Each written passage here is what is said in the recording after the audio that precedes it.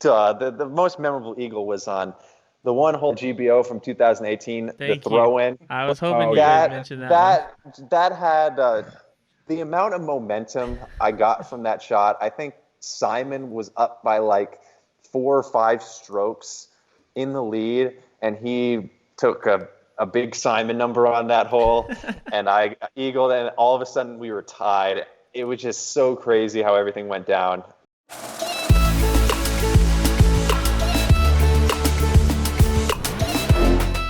You just really emerged on the map like immediately, and it just really seemed like you haven't gone away since. Which is It almost seems like you're not going away anytime soon. You think? Oh man. Well, That's I high praise. appreciate that. I appreciate that, guys. Oh, well, thank you for living through that. I don't think it was that bad. I thought you got off pretty easy.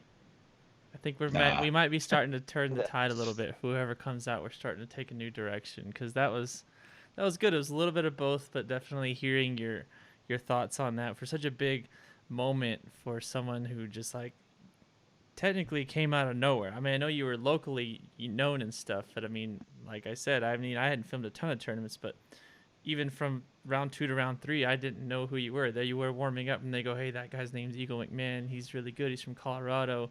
Here he is." And we were just like, all right, So it was really cool to see basically from that day to here we are 5 years later. It's awesome. I mean, this was April 2015. Fast forward to January 2017. This guy almost wins a major championship. So this wasn't like a long time coming. This guy was just like, whoop, I'm amazing. And then just like, I'm just going to sustain amazingness. It's just like a very rare thing in our sport. We see some people kind of creep up and get better and better over time.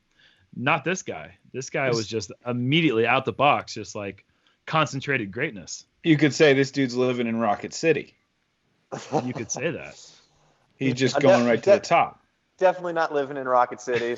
I call Boulder, Colorado my home. But yeah, I attribute it to just the people around me, Discmania, you guys, everyone around me just kind of helped me fast track to where I've come to. And it's really just disc golf and the community in general that makes it all possible. So huge shout out to the sport of disc golf.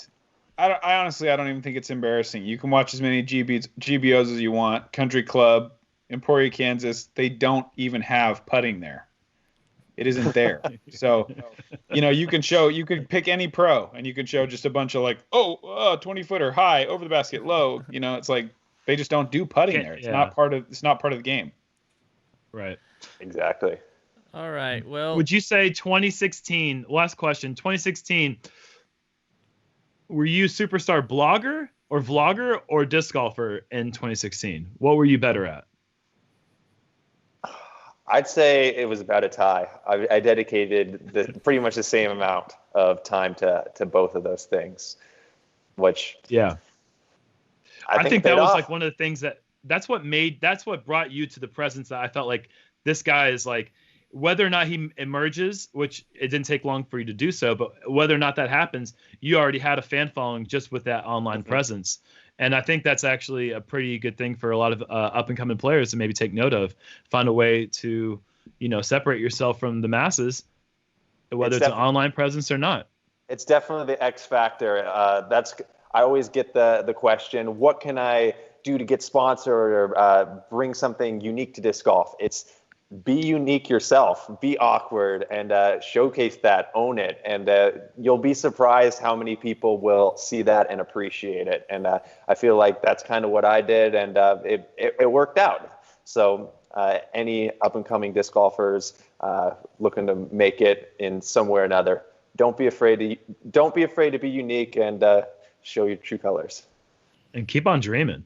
Keep on dreaming, exactly. You're right about that. All right, well, we put out a post earlier today asking people to submit some questions for Eagle. We got tons of questions across Facebook and Instagram and Twitter, so we picked out just a few here. And so as far as the social media ones from earlier in the day, you guys want to get involved in those, because if we pick your question and put it on the screen here in just a minute, you automatically win $20 to the JomezPro.com shop. So if you see your question on here from social media only, not from the live chat, we are going to pull from that, but I just want to make it clear. Send us an email to SHOWMEZ@JomezPro.com so you can claim your prize. All right, so the first question for Eagle. Eagle, what's your favorite eagle you've ever carded? From Jack Straw on YouTube. Oh my gosh. I was so bad at this kind of stuff. I don't have a good memory of like what I've done out on the course. One that comes to mind, it was at Disc Dash for Cash. It was an unsanctioned event back in 2016, and I got back-to-back eagles. One of them was on this like crazy uphill 600-foot hole, and at the time we were playing on DD marksman's baskets. The format of the tournament was we played 4 rounds. 2 of the rounds were on normal baskets, and the other 2 rounds were on marksman-style baskets. And I parked, or I quote-unquote park this like 600-foot uphill par 4 and made the putt from like 20 feet, which was terrifying on basically a pinhead of a basket. And Central Coast got a pretty good video of it.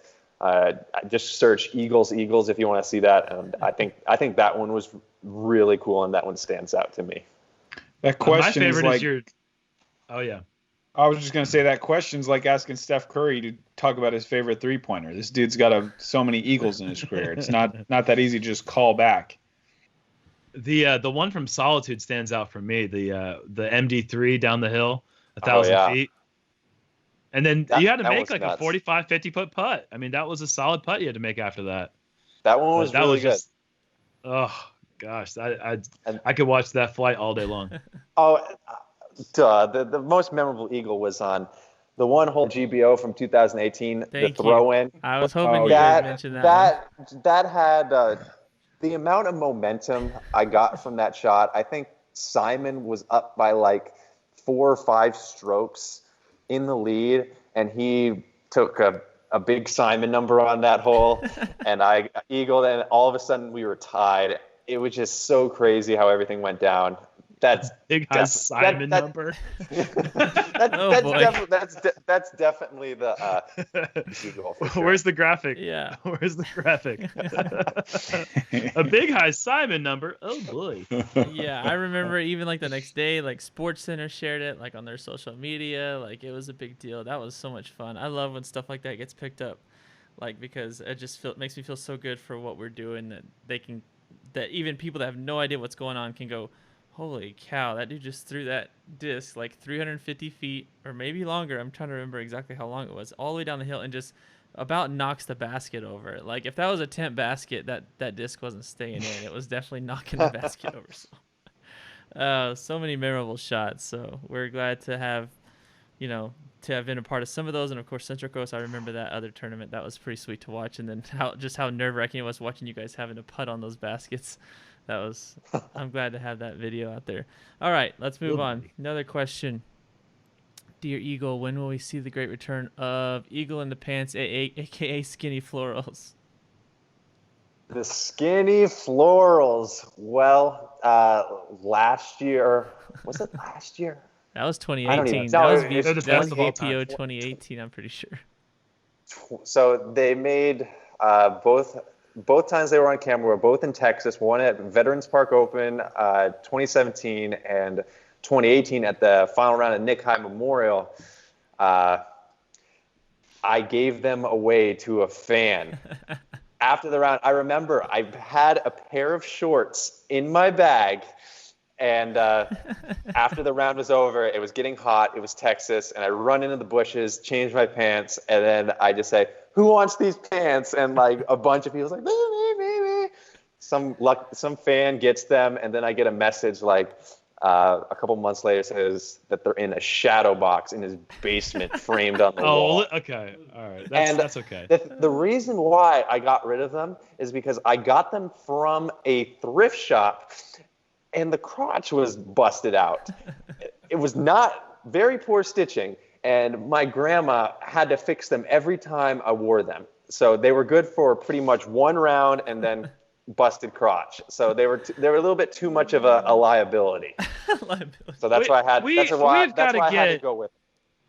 There's got to be someone out there that's got this pattern that can make it into a stretchy material, and we can make some quality disc golf pants for the skinny, what is it, the skinny bird, the tall skinny bird? What's the thin young bird? Yeah, Nate started calling him thin young bird. Get him these pants again, folks. Somebody message Eagle. Let's get this man just back. And make an extra pair because I want him too. Okay, let's keep moving. What do we got? Next question. What were the first thoughts going through your head when you smacked your hand and felt the pain? Was it immediate regret, a hollow feeling, or just more annoyance, or something else? That's a fair question. I know a lot of people be wondering that. From Portland Open last year, for anyone not familiar. Wasn't this USDGC? Yeah, USDGC. Oh, I'm sorry. I thought that was at Portland. No. Portland was the elbow. Oh, I'm sorry. Okay, USDGC. I remember the people's elbow more because like how just like intense it was. Yep, I was all good after Portland. Okay. So I like how you're breaking out the hard-hitting questions. Literally. Okay, that's good. Getting literally. So when it happened, a lot of people think I just hit the ground. I actually hit a whale sack with half of my fist, and my pinky and ring finger kind of got jammed up, so it just made a really uneven, hit with the ground, and then tapped in my putt. The walk from 16 to 17's tee pad, I was just like, usually when you hit the ground, I mean, the funny thing is, I'm pretty sure most disc golfers have hit at least one thing in their career. It usually goes away, and this wasn't going away. I got to hole 17, and Eric Oakley was there with me, and I'm like, dude, I think I did something bad. And he's like, what? He's like, don't worry about it, just finish the round. And then afterwards, I'm like, you know what, this pain isn't going away.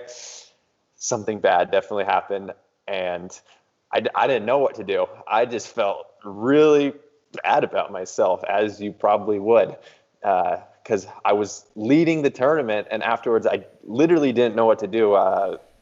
Media crews were coming to me, asking me for interviews because I was in the position where you would want to interview that person, and I just decided I got to leave the course. I got to call my dad, figure out what's going on. The next day I went to urgent care, got the x-ray, got confirmation that I had a boxer's fracture, and I wasn't even going to play. That probably would have been the smart thing to do, but I had to at least try because it was going to be my final term of the year, and to try and get the title was really important. But that's all retrospect now. Go ahead. No, please finish. Oh yeah, that's all retrospect now. I'm honestly glad that it happened, because you can punch the ground all you want, and you're not going to learn your lesson until it breaks. So I really believe that was the thing that I needed to kind of move my career forward. Luckily, my hand's all good. I can still play disc golf pretty well, I think. So nothing healed weird, and it's I'm glad to have it behind me, and I'm looking forward to having a smile on my face when I'm out on the course in the future. All about learning lessons, Very man. good. Yes, thank you for entertaining that question. Hopefully that wasn't out of bounds for another disc golf pun. Oh boy, thank you so much, Eagle, for coming on. Thanks for going through the vault, answering questions from the fans. We really appreciate it.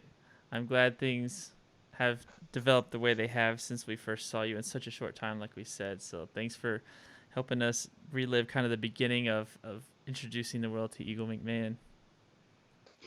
Yeah, thank you guys. You guys are awesome.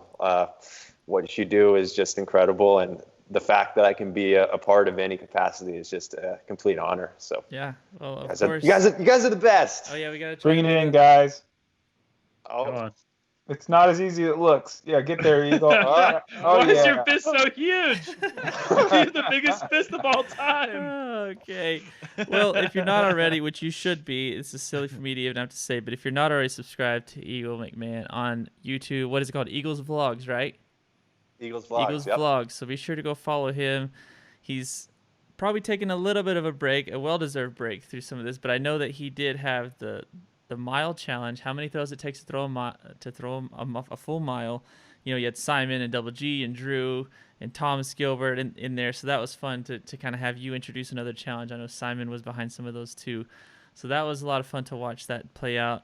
I think you even did a forehand version of the mile challenge. Is that right? Mm-hmm. So that was I don't know. That's crazy that you kind of sit there and like just cranked on these throws to see how many was. How many was it for backhand? How many throws was that?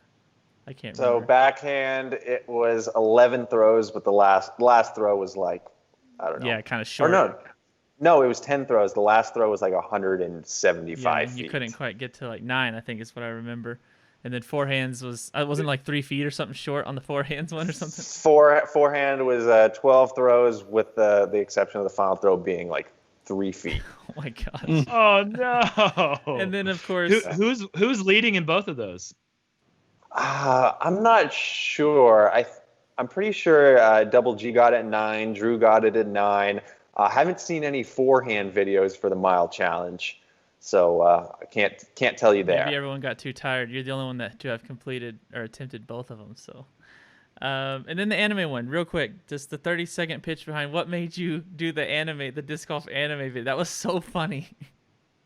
Oh my gosh. What you call someone who's dorky and kind of into anime is a weeaboo, also known as a weeb, and I definitely consider myself one. I've been watching anime probably for about 6 or 7 years now, and that is a Naruto opening, Naruto opening 16 to be exact, and there's been a couple spoofs of it, like if you look up Avengers Endgame, there's an Avengers anime opening. It's kind of like a meme at this point, and I just figured I have to be the person who brings disc golf into the anime world, and I had so much fun making it, and me personally, I think that's my best video ever. I love it so much. I haven't seen that. I loved it. I didn't understand any of the references, but I was still laughing out loud at just like how I felt like you knew exactly what you were doing and bringing the disc golf and writing out everything, and it's saying like JomezPro, and then you had Albert Tem and it said bazooka. Like it was just like, I don't know. You got to watch it, Jeremy. Everyone out there should go watch it. In the Japanese text during the video, I just said everything was like how it said JomezPro was like, thank you for all that you do, JomezPro, in Japanese. So maybe some people understand that, but that was so good. It was a lot of fun. All right. Well, thanks again for Eagle for coming on. Go subscribe to Eagle. Go check out those videos we mentioned. We hope to have you on again sometime in the near future. Thanks for joining us. Thanks, guys. Have a good one. See you, buddy. Keep on dreaming.